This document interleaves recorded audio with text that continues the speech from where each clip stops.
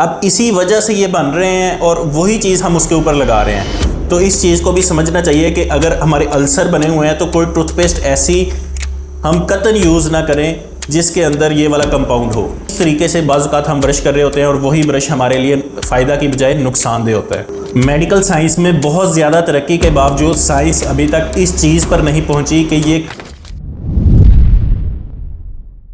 बाज़ औक़ात जब हम सो के उठते हैं तो एक दर्दनाक किस्म का मुंह के अंदर ज़ख़म या छाला महसूस होता है।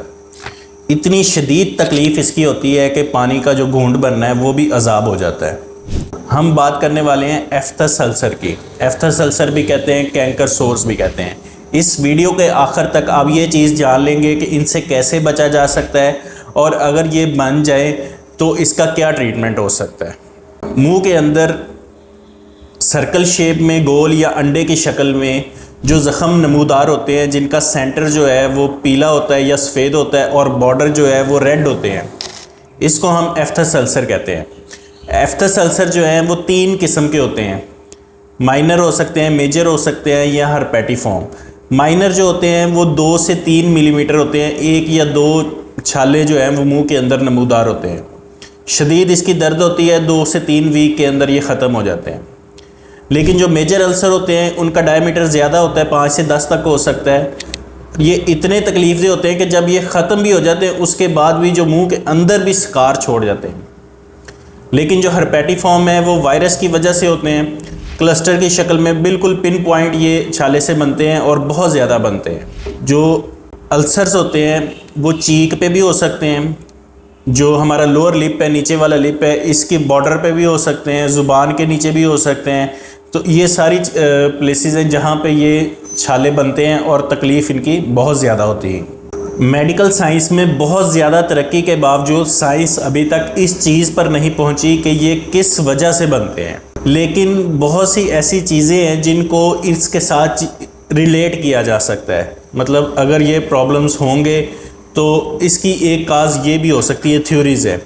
सबसे जो बड़ी वजह है वो है स्ट्रेस। कोई परेशानी हो, कोई टेंशन हो, बाज़ औक़ात जिस तरह बच्चों में कोई पेपर या रिज़ल्ट की टेंशन होती है या कोई और टेंशन है, इस वजह से ये बहुत ज़्यादा छाले जो है वो बन जाते हैं। हार्मोनल चेंजेस हैं फ़ीमेल में, प्यूबर्टी के दौरान या प्रेगनेंसी के दौरान हार्मोन्स की बहुत ज़्यादा चेंजेस होती हैं, तो उस वजह से भी ये एफ्थस अल्सर जो है वो बन जाते हैं। अब इसी तरह मुँह के अंदर कोई इंजरी हो जाए, ये भी बड़ी हैरानी की बात है कि मुँह के अंदर इंजरी कैसे हो सकती है। तो इसकी रीज़न ये हो सकती है कि बाज़ औक़ात दांत के ऊपर कीड़ा लगा होता है और कीड़ा लगने की वजह से जो दांत है वो टूट जाता है और उसकी नोक रह जाती है। वो नोक जो है वो चीक को या ज़ुबान को पिंच करती है, उस वजह से ये इंजरी हो सकती है। इसी तरह बाज़ लोग ब्रश करते हैं तो वो बहुत ज़्यादा हार्ड ब्रशिंग करते हैं, बहुत ज़ोर लगा के करते हैं, उससे भी कोई चीक या मसूड़े जो हैं वो ज़ख्मी हो जाते हैं, इसकी वजह से अल्सर बन सकते हैं। इसी तरह खाना खाते हुए बाज़ औक़ात कोई जो चीक का हिस्सा अंदर आ जाए, चीक बाइट हो जाए, उसकी वजह से ये अल्सर बन जाते हैं। विटामिन्स की कमी की वजह से हो सकते हैं, ख़ास तौर पे फॉलिक एसिड या B12 की कमी की वजह से भी ये अल्सर बनते हैं। हमारी टूथपेस्ट में एक कंपाउंड होता है सोडियम लॉरल सल्फेट। इस चीज़ से भी बाज़ लोगों को एलर्जी होती है और वो अल्सर का बायस बनती है। अब यहाँ ये चीज़ भी समझने वाली है कि बाज़ लोग ये करते हैं कि अल्सर बने हों उसके ऊपर टूथपेस्ट लगा रहे होते हैं। अब इसी वजह से ये बन रहे हैं और वही चीज़ हम उसके ऊपर लगा रहे हैं। तो इस चीज़ को भी समझना चाहिए कि अगर हमारे अल्सर बने हुए हैं तो कोई टूथपेस्ट ऐसी हम कतई यूज़ ना करें जिसके अंदर ये वाला कंपाउंड हो, ताकि वो इसको मज़ीद बढ़ा ना सके।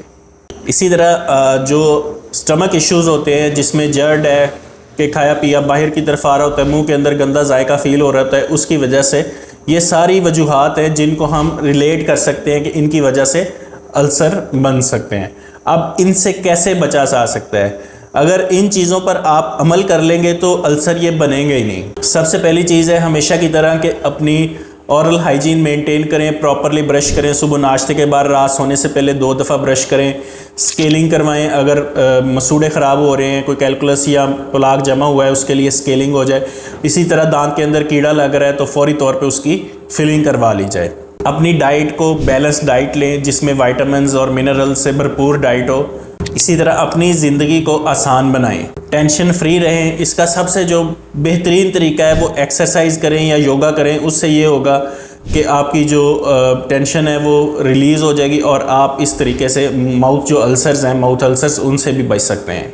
अगर ये चीख पे या ज़ुबान के निचले हिस्से पे या होंठ के निचले हिस्से पे ये बने हों तो बार बार ज़ुबान से या उंगली से इसको टच ना करें।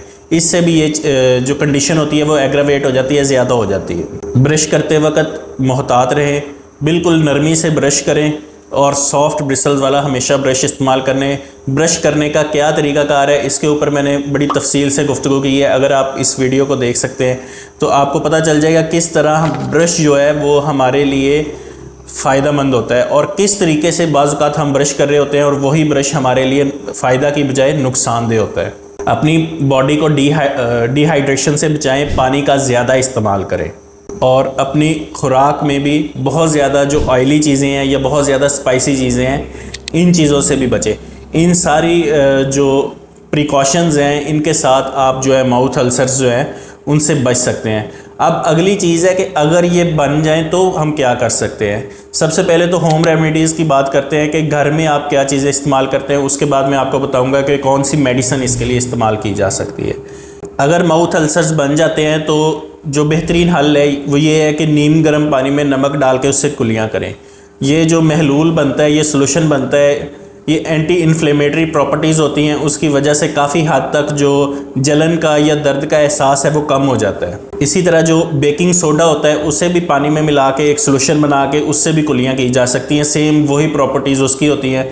इससे भी काफ़ी हद तक जो है हमारे जो पेन है इसमें कमी हो जाती है। माउथ अल्सर्स के लिए बहुत ही एक जो अच्छा नुस्खा है वो ये है कि शहद का इस्तेमाल किया जा सकता है। आप वक्फे से जहाँ पे अल्सर बना हो उस जगह पे अगर शहद लगा लें, उस जो शहद है इसमें बहुत ज़्यादा एंटी माइक्रोबियल और एंटी इन्फ्लेमेटरी प्रॉपर्टीज़ होती हैं।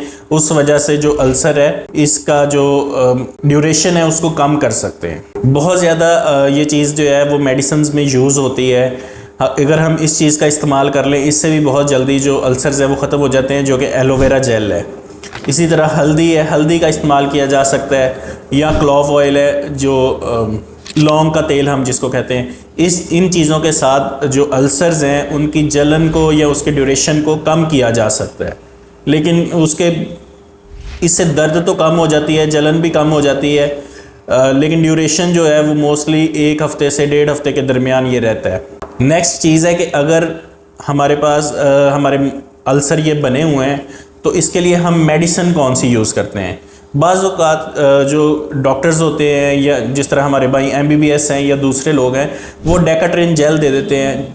डेकाट्रिन जेल जो है वो बेसिकली एंटी फंगल एक मेडिसिन है, जबकि इसमें ऐसा कुछ नहीं होता।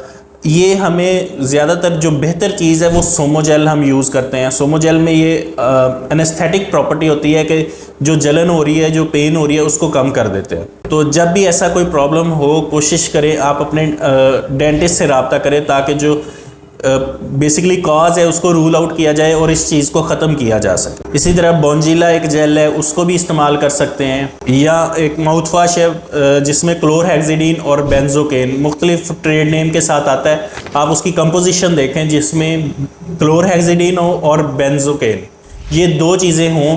चूँकि जो क्लोरहेक्सिडीन है वो उसकी एंटी इन्फ्लेमेटरी प्रॉपर्टीज़ होती हैं और जो बेंजोकेन है वो एनेस्थेटिक प्रॉपर्टी होती है, यानी कि जलन को कम करता है। इन दोनों चीज़ों का जो सलूशन है वो भी इसके लिए काफ़ी फ़ायदेमंद है। इसी तरह अगर ये प्रॉब्लम स्टमक की वजह से हो रही है, मैदे की वजह से हो रही है, तो उसमें जो हमारे पास सिरप्स की फॉर्म में आता है मिल्क ऑफ मैग्नीशिया, उसको भी यूज़ किया जा सकता है, या कुछ टैबलेट्स होती हैं एंटासिड्स जो एसिडिटी को कम करती हैं। ये सारी चीज़ें अगर आप प्रॉपरली इस्तेमाल करते हैं तो इससे इसका एहसास जो है दर्द का वो कम हो सकता है।